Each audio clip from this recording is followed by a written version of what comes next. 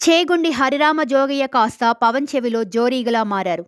కాపు సంక్షేమ సేన వ్యవస్థాపకుడు అయిన ఈ మాజీ మంత్రి, మాజీ ఎంపీ పవన్ కళ్యాణ్ పాలిట విలన్ మాదిరి తయారయ్యారు. పవన్ కళ్యాణ్ ఇమేజ్ని, ప్రతిష్టను, కాపుల్లో ఉన్న విలువ, గౌరవాన్ని తగ్గించడమే పనిగా పెట్టుకుని ర్యాగింగ్ చేస్తున్నారు. పెద్దాయన రామకృష్ణ అని మూల కూర్చోకుండా పవన్ను పరిగెత్తిస్తున్నారు. ప్రశ్నించడానికే పార్టీ పెట్టానని ప్రకటించుకున్న పవన్ కళ్యాణ్ను గత కొద్ది రోజులుగా వెటకారమైన ఎదురు ప్రశ్నలతో ఉక్కిరిబిక్కిరి చేస్తున్నారు.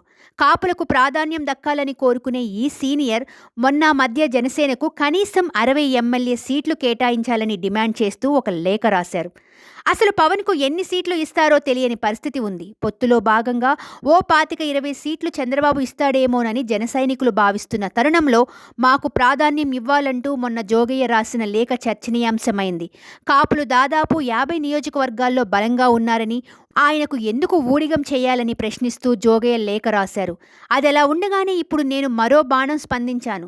నిన్ను ఎక్కడికో తీసుకుపోదామని మేమందరం అనుకుంటున్నాం, కానీ మీరు అక్కడికి రారు, ఇక్కడే ఉంటాను అని అంటున్నారు. ఇలా అయితే ఎలా అని ప్రశ్నించారు.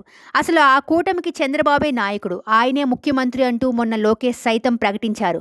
అలా ఆయన ప్రకటించాక కూడా మీరు చంద్రబాబు వెంట వెళ్లారా అంటూ జోగయ్య ప్రశ్నించారు. అంటే మీరు చంద్రబాబుకు తాబేదారుగా ఉంటారా? మీరు బానిసత్వాన్ని కోరుకుంటున్నారా? మీకు అస్తిత్వం లేదా?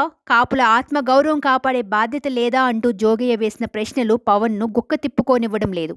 సబ్స్క్రైబ్ చేయండి. Please do subscribe to Please like, share and subscribe to top Telugu TV. Top Telugu TV. Top Telugu TV.